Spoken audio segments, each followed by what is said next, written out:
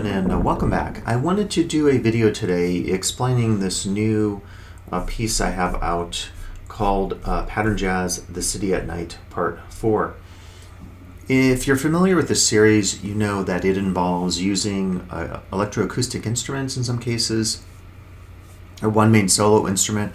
In the previous one, I used the Roland wind synth. This particular one, I'm using a homemade box that is actually accompanied by the Leaf Audio Soundbox 2, mainly for its excellent electronics and its ability to adjust the gain and low noise. And so it's really transforming my approaches to using some of these homemade electroacoustic instruments. If you're familiar with the previous series, you'll know I've used a couple of these before. As an example, in Pattern Jazz 5,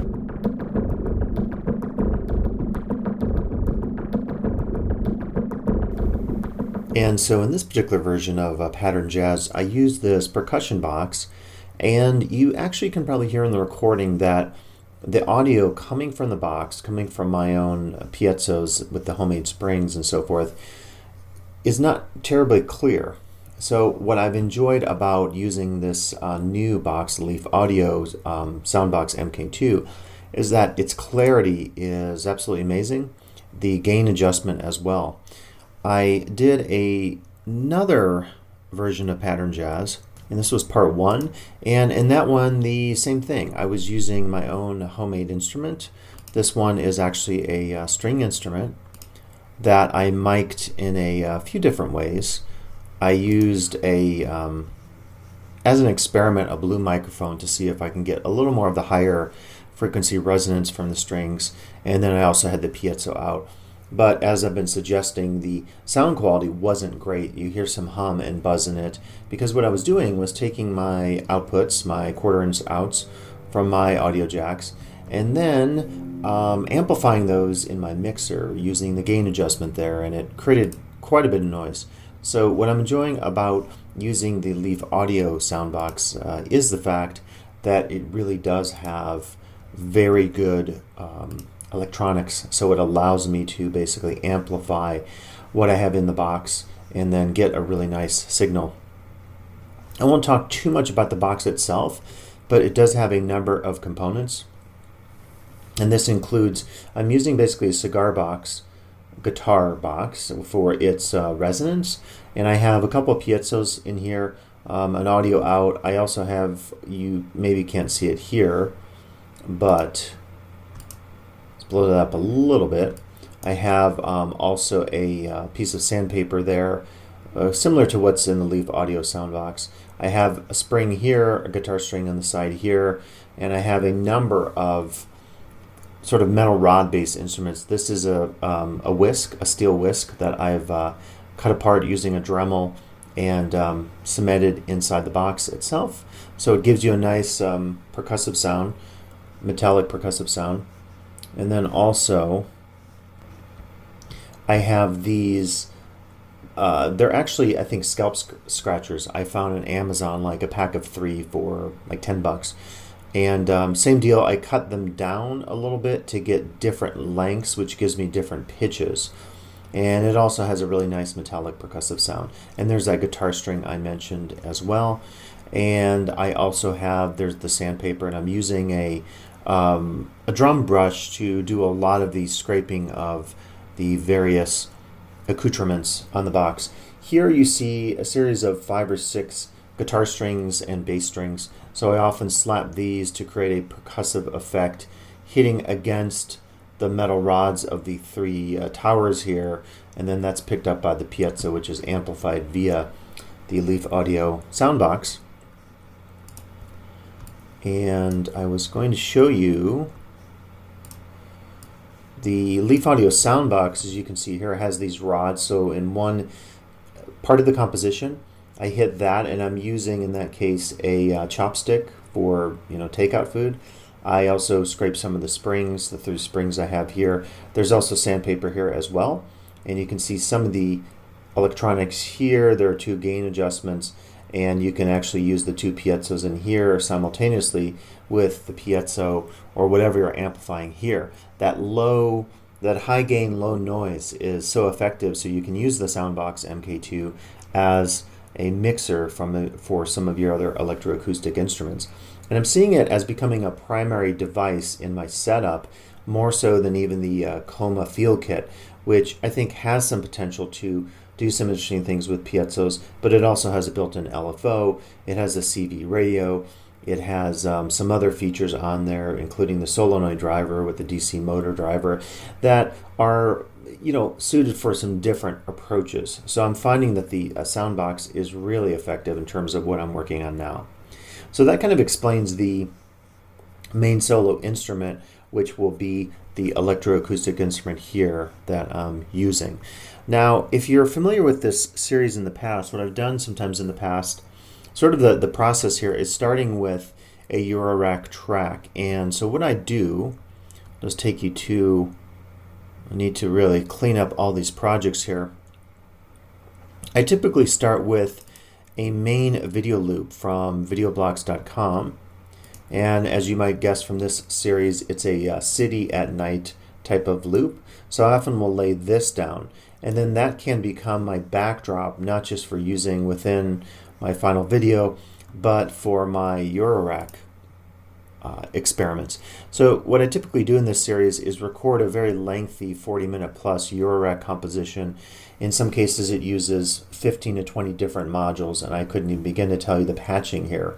But what I try to do is, after I've recorded this video loop and put it on YouTube, I will then sometimes play it, as you see here, on a couple of screens just to establish the thematics of the video that kind of links everything together. And again, this series is really about experimenting between the video almost as its own electronic type instrument, and that being connected to the various CV and audio tracks from my Eurorack. And then, of course, the solo instrument on top of it.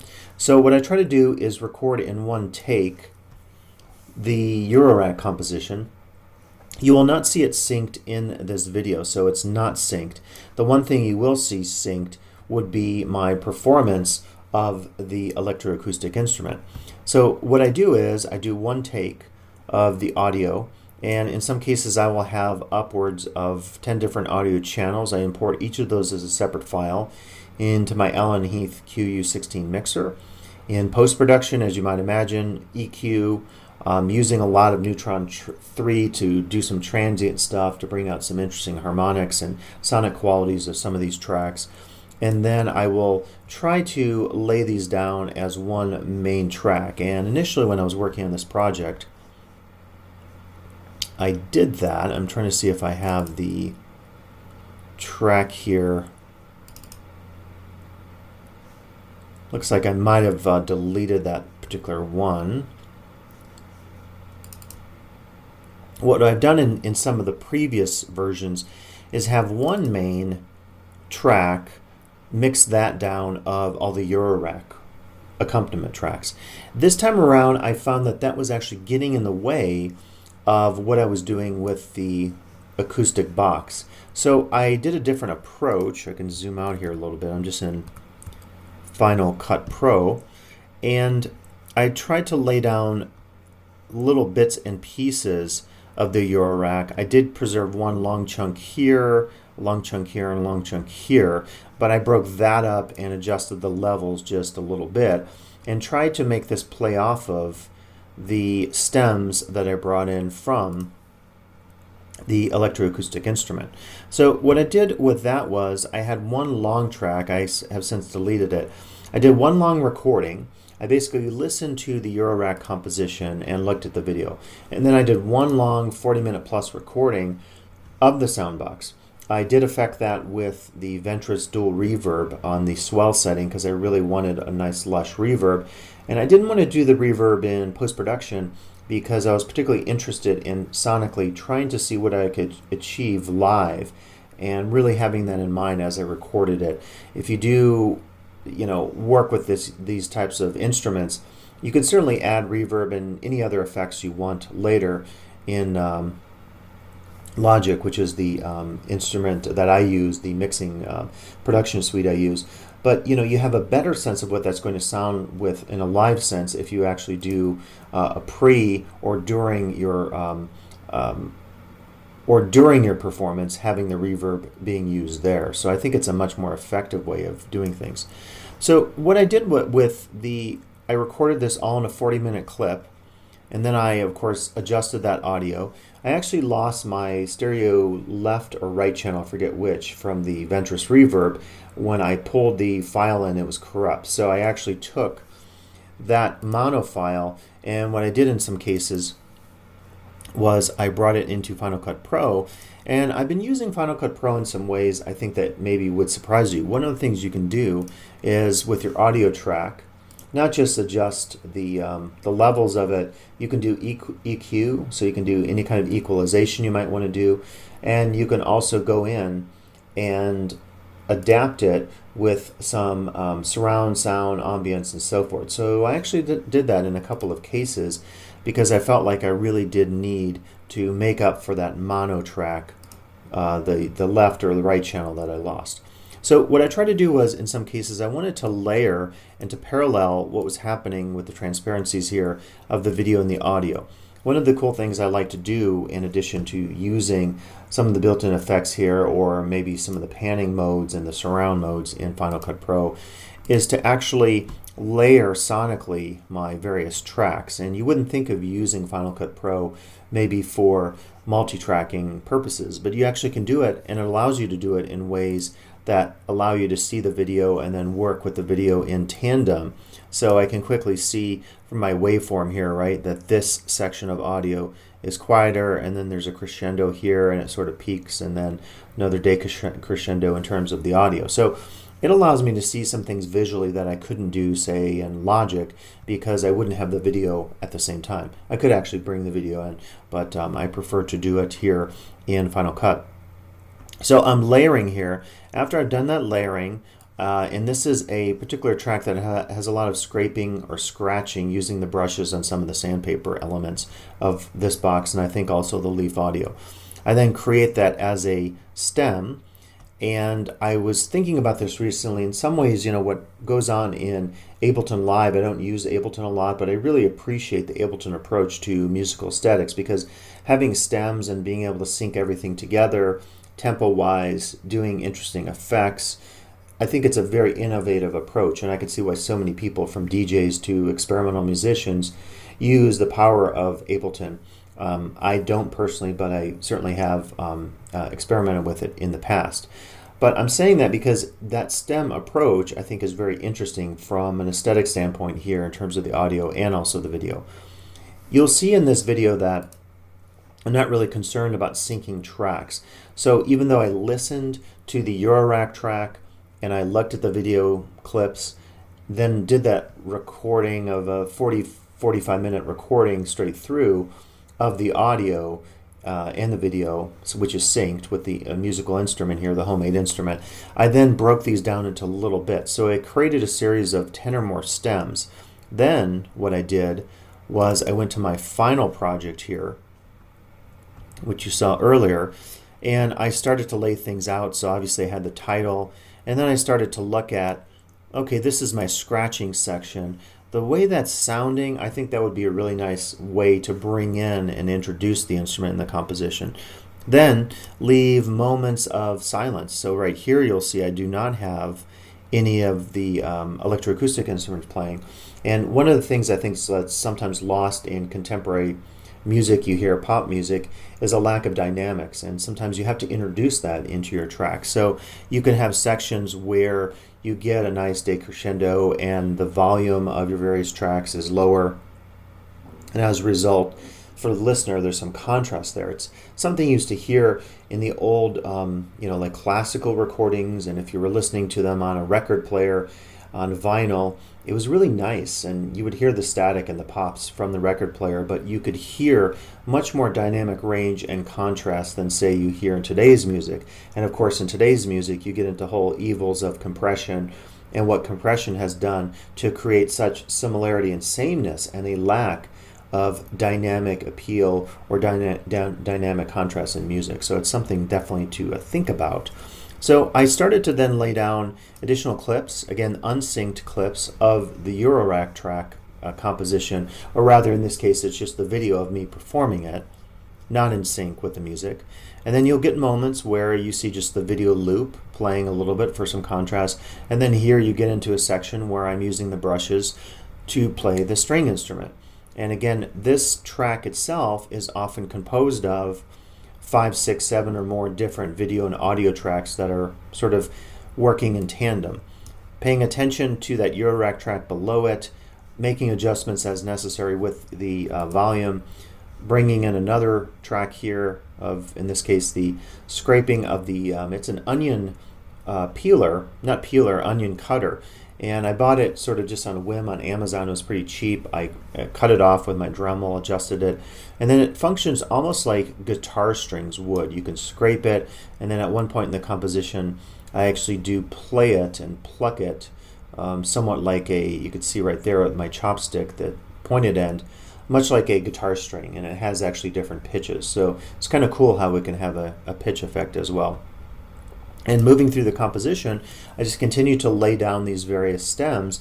They're all quite different. In some cases, I layered different components of the box instrument together. So the plucking of these strings with, say, the rods here, or maybe a scrape, and so forth. Continue to add additional stems and adjusted them as necessary in terms of dynamics in some cases, and then layered them. Like you see here, I would layer the same stem and then add a new one on top of it, again keeping in mind the fact that I wanted to do some things with transparency that would represent a little bit of the audio and the video coming together, because again the whole idea behind the series is that the audio and the video play off of one another in some ways. Added some titles at the end talking about the series and talking about the equipment I used in it, and then did sort of a final section here where the video sort of comes to an end, the Eurorack track comes to an end, but you still hear the sound box. So introducing it at the beginning and the end of the particular composition. So I think that's all I wanted to say about this, but I wanted to give you a little bit of sense of how I approach this particular composition as I work through it. Again, as you continue to watch the Pattern Jazz series, whether it's the City at Night or another version of it, just take into account some of the things I'm trying to do, and I'll try to introduce the instruments I'm using, some of the mixing techniques, and some of the video techniques as well. By the way, I will say I used for this composition 2 lenses on my Blackmagic Pocket Cinema camera. One that you'll see with the Eurorack section is a Minolta vintage lens augmented a little bit by a Halloween light that's actually creating a little bit of a strobing effect with orange there. Really happy with that, and then I bring it into Final Cut and give it a very nice LUT for the Blackmagic Pocket Cinema camera. The second lens is this cheap Fujian CCTV lens for security cameras, and it's literally like 25 bucks. I did have to buy an adapter for it, but it looks absolutely amazing once I do the color grading when it comes into Final Cut Pro. So I'm really enjoying the fact in this one that I use these 2 lenses to give it some nice vintage appeal, and I think the color itself is really quite good in terms of experimenting with just some different aspects of the video. And I will say in general that I think with YouTube it's a great opportunity for all of us to experiment a little bit and do some things interesting with the video. Sometimes it's just a static camera that people do when they do musical compositions, and I realize it's totally up to you, but for me I like to do something that has a bit of an aesthetic appeal to it in terms of both the filming of the instruments I'm playing, and then also some of the editing of that later down the road when I pull everything into Final Cut Pro, in the style of using it as an audio-video mixing opportunity. So thanks for listening in these videos. I will certainly come out with additional videos in this series, and also additional videos that try to explain how I come up with some of these compositions and how I work through them in terms of creating some interesting effects with the audio and the video here in tandem in this particular series. So thanks for listening as usual, and I'll be back with additional videos in the future.